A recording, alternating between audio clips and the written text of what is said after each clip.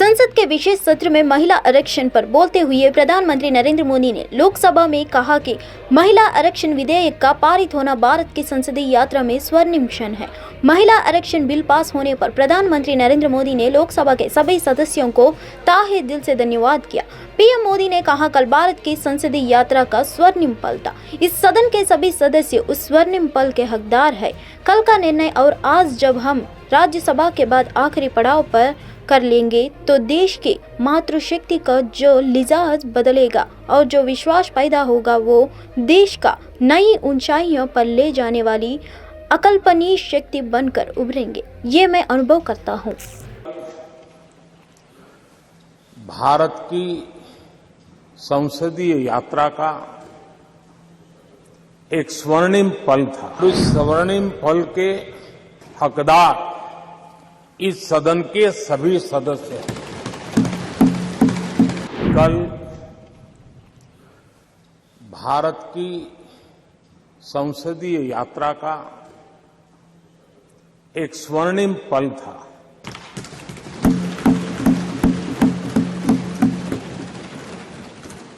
और उस स्वर्णिम पल के हकदार तेलुगुदेशम पार्टी के राष्ट्रीय अध्यक्ष चंद्रबाबू नायडू की गिरफ्तारी के खिलाफ विरोध प्रदर्शन करते हुए पार्टी विधायकों ने सत्र के पहले दिन राज्य विधानमंडल तक पदयात्रा निकाली। वेंकटापालम और टीडीपी के संस्थापक और पूर्व मुख्यमंत्री एनटी रामाराव की प्रतिमा पर श्रद्धांजलि अर्पित करने के बाद टीडीपी विधायक और एमएलसी विधान भवन के लिए रवाना हुए। विधायकों ने तुल्लूर पुलिस स्टेशन से पदयात्रा निकाली। हाथों में तख्तियां लिया हुए उन्होंने कथित कौशल विकास मामले में नायडू की अवैध गिरफ्तार की निंदा करते हुए नारे लगाए। सड़क पर विरोध के बाद टीडीपी विधायकों ने सदन में अंदर भी हंगामा करते हुए नारेबाजी की। इसके बाद सदन की कार्यवाही को 10 मिनट के लिए रद्द किया गया। Major issue is illegal arrest of N. Chandrababu Naidu, former Chief Minister and National President of Telugudesam Party. That we have given notice under adjournment motion. So we impress upon the House to take up our issue first and to give us permission to present to the House and to the people of Andhra Pradesh and to the whole country also what happened during this period, because how illegal arrest has been done by the government and at the instance of the Chief Minister.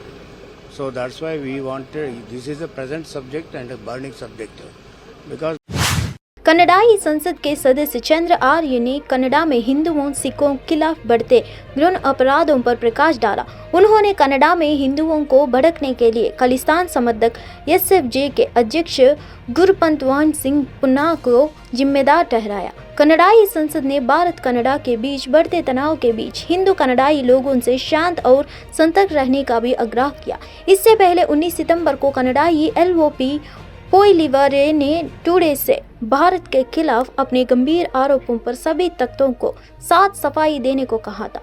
दोनों देशों के बीच बढ़ते तनाव के बीच भारत और Canada ने अपने नागरिकों के लिए नई यात्रा सलाह जारी की है। कनाडा ने भारत को एक ताज़ा यात्रा सलाह दी और अपने नागरिकों से उच्च स्तर की सावधानी बरतने को कहा। India, the government of India, needs to take this matter with the utmost seriousness. We are doing that. We are not looking to provoke or escalate. We are simply laying out the facts as we understand them, and we want to work with the government of India to lay everything clear and to ensure that there is proper process. Madhya Pradesh के मुख्यमंत्री शिवराज सिंह चौहान ने खड़वे के ओंकारेश्वर में 108 feet ऊंची आदि शंकराचार्य की प्रतिमा का अनावरण किया। उनके साथ स्वामी अवधेशानंद गिरी भी मौजूद थे। कार्यक्रम आयोजकों ने यहां सीएम शिवराज और स्वामी अवधेशानंद का परंपरागत तरीके के स्वागत किया। इस पारंपरिक स्वागत में केरल के कलाकारों ने नृत्य किया। इस दौरान विद्वान पंडित ने मंत्रोच्चार भी किया। कार्यक्रम स्थल पर करीब 5000 संत महंत व प्रतिनिधि मौजूद थे। स्वामी अवधेशानंद गिरी महाराज के साथ स्वामी परमात्मानंद, स्वामी स्वरूपानंद और स्वामी तीर्थनंद मौजूद है। कार्यक्रम के दौरान कड़वा में बारिश शुरू हो गई। इस बारिश के बीच भी मंत्रोच्चार हुआ। कांग्रेस महासचिव प्रियंका गांधी वाड्रा आज छत्तीसगढ़ दौरे पर है। रायपुर हवाई अड्डे पर मुख्यमंत्री भूपेश बघेल ने उनका स्वागत किया। प्रियंका गांधी आज भिलाई के जयंती स्टेडियम में आयोजित महिला समृद्धि सम्मेलन में शामिल होंगे। कांग्रेस भिलाई से जयंती स्टेडियम में महिला समृद्धि सम्मेलन का आयोजन करेगी। यहां पर करीब 1.5 लाख से ज्यादा महिलाओं की भीड़ जुटाने की तैयारी की गई है। इसके लिए कांग्रेस के सीनियर और जूनियर नेताओं को भीड़ जुटाने का टारगेट दिया गया था। इस बार के विधानसभा चुनाव पुरुषों के मुकाबले में महिला वोटर्स की संख्या ज्यादा है। इस वजह से महिला मतदाता पर कांग्रेस की नजर है। इसी को ध्यान में रखकर भिलाई में महिला समृद्धि सम्मेलन कराया जा रहा है। सूत्रों के अनुसार कांग्रेस के घोषणा पत्र जारी होने से पूर्व प्रियंका गांधी भिलाई में महिला वोटर्स को लेकर बड़ा ऐलान भी कर सकती है। राष्ट्रीय जनता दल के सांसद मनोज झा ने कहा कि प्रधानमंत्री नरेंद्र मोदी और भाजपा के नेताओं को यह समझने की जरूरत है कि महिला आरक्षण विधेयक में ओबीसी को शामिल करने पर चर्चा हो रही है। उन्होंने कहा, सरकार की इस विधेयक पर कोई स्पष्ट मंशा नहीं है, कोई रेड मैप नहीं है और यह विधेयक पारित किया जा रहा है। अपने एक बड़ी आबादी को खरीज कर दिया है। पीएम मोदी और उनकी टीम को यह समझने की जरूरत है कि चर्चा बिल पास करने पर नहीं बल्कि ओबीसी पर हो रही है। आपको एक बार फिर से अपनी स्थिति में संशोधन करना चाहिए, वरना लोगों के पास आपकी सरकार बदलने की और भी विकल्प है।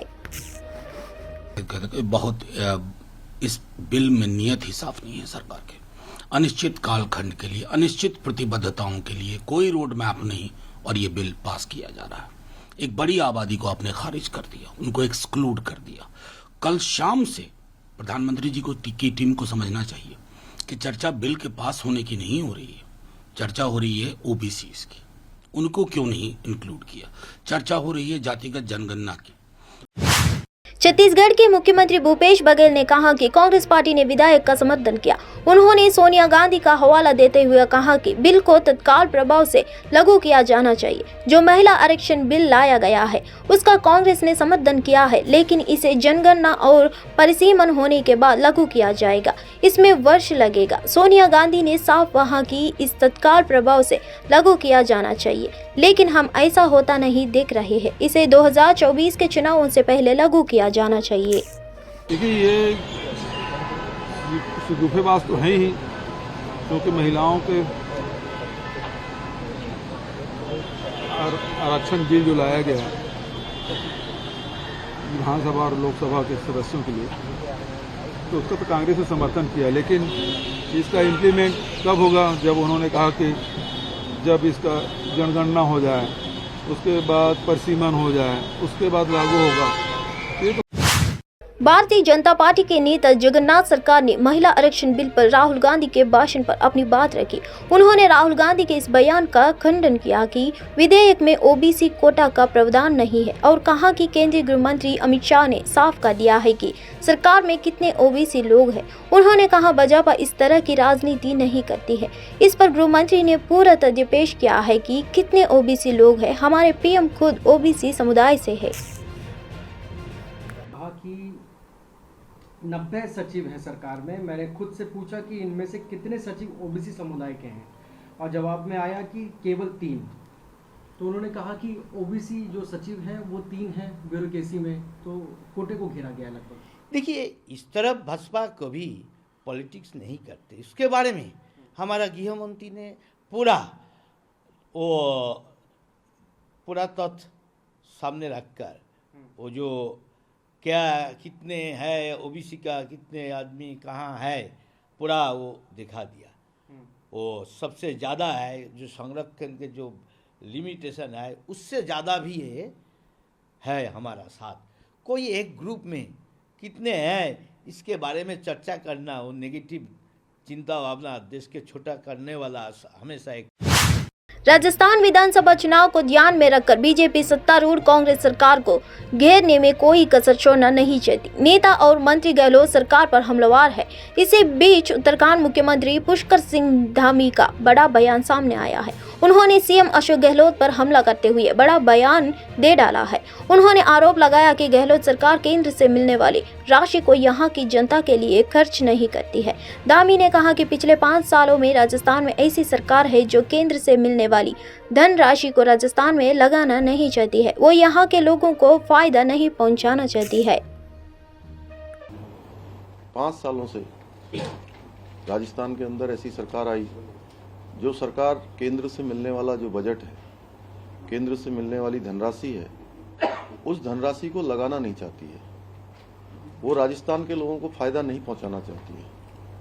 इसका उदाहरण है जल जीवन मिशन में हजारों हजार करोड़ की जो धनराशि आई है, वो धनराशि आज खर्च नहीं हो रही है। राजस्थान में आखंड जो भ्रष्टाचार के मामले आए हैं, उसमें भी राजस्थान प्रथम स्थान पर आया है।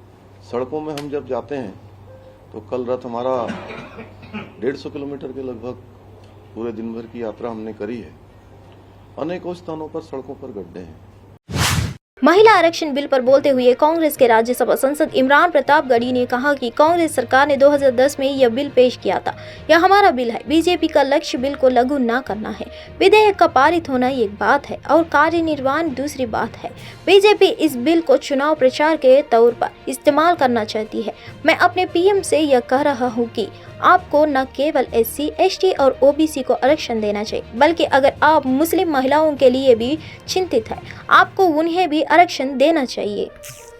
इस बिल को तो कांग्रेस पार्टी ने ही इंट्रोड्यूस किया था 2010 में, और ये बिल पूरी तरह से हमारा बिल है, इसलिए पास न होने की कोई बात नहीं थी। लेकिन भारतीय जनता पार्टी का जो मकसद था, जो पूरा ताना बाना बुना गया विशेष सत्र का, वो बिल लागू करना नहीं है। पास होना एक अलग चीज है और बिल का इंप्लीमेंटेशन एक अलग चीज है। भाजपा लागू नहीं करना चाहती, इसे चुनावी कैंपेन बनाना चाहती है। लेकिन इस बार भाजपा फंस गई है। जिस तरह से राहुल गांधी जी ने, सोनिया गांधी जी ने मुद्दे उठाए हैं, बात रखी है, कल राहुल जी ने जिस तरह से ये कहा कि OBC रिजर्वेशन लागू करिए आप, और मैं तो एक कदम आगे बढ़ के प्रधानमंत्री जी से कह रहा हूं कि सिर्फ SC, ST, OBC तो लागू करिए ही, लेकिन आप परसों आपने राज्यसभा में अपने भाषण में कहा कि हमने मुस्लिम बहनों को